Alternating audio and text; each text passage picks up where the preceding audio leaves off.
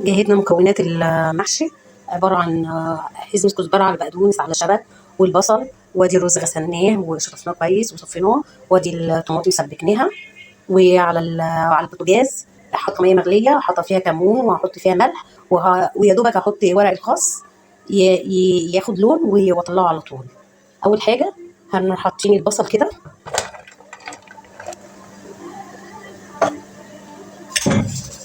ومتبلينه بشويه فلفل اسمر وكمون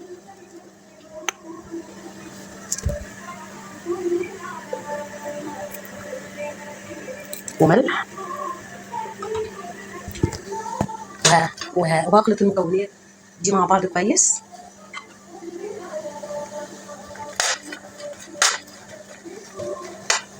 اخلطها كويس وادعكها.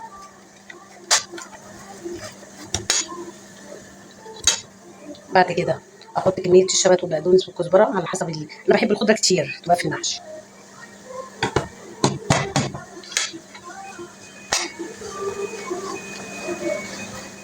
كل حاجه احطها يعني ادعكها كويس مع الايه مع البصل.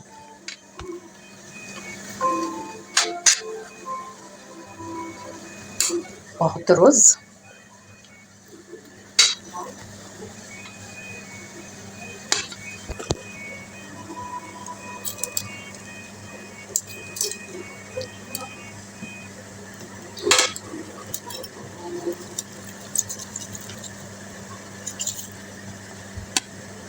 برضو، ادعكه كويس واخلطه كويس كده امزجه.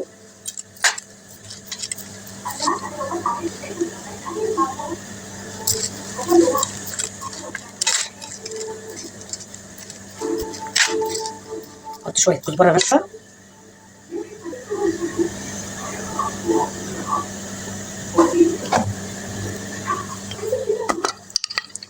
واضيف شويه نعناع ناشف برضو.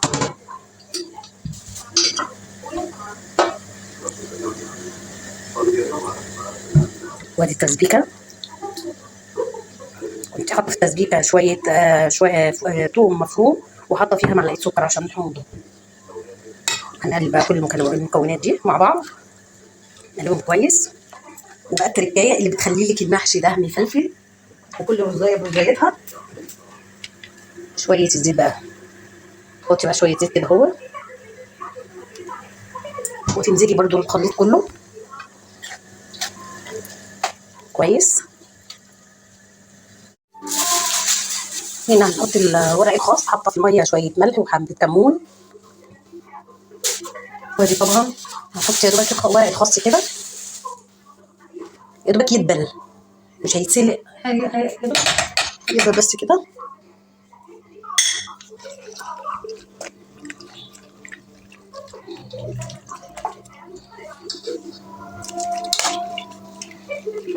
تلاقي لونه مغير كده اهو، يعني بياخد اقل من ورق العنب عشان بس تبقى الورقه بالنسبه لنا سهله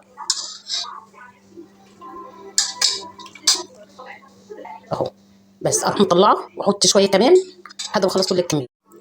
هو هنحط العروق بتاعت الخضره اللي اتبقت من التقطيع، هنحطها في القاعده بتاعت الحله من تحت كده، منها ان هي اصلا الطبقه اللي من تحت بتاعت المحشي دي تحميها، ثانيا بتدي طعم جميل للمحشي. كده كده بدل ما نرميها نستفاد ايه، نستفاد اصلا منها. هنحط كده اهو، وادي عندنا بقى ورق الخاص اهو. هنبدا بقى ايه نحشيه بالخلطه اللي قدامنا، خلطه الرز بالخلطه المحشي يعني دي، ودي يعتبر ني في ني. بس طبعا اكيد كلنا بنعرف نحشي الورق ازاي، عشان بس ما نضيعش وقتكم. هنفصل وبعد ما نخلص، بعد ما احشي اوريكم الشكل النهائي هيبقى ايه. ودي الشكل النهائي بعد ما حشينا الورق الخاص. وهنبتدي بقى غلينا الشوربه، وهنبدا بقى نضيف الشوربه ايه. بسم الله الرحمن الرحيم، بسم الله الرحمن الرحيم.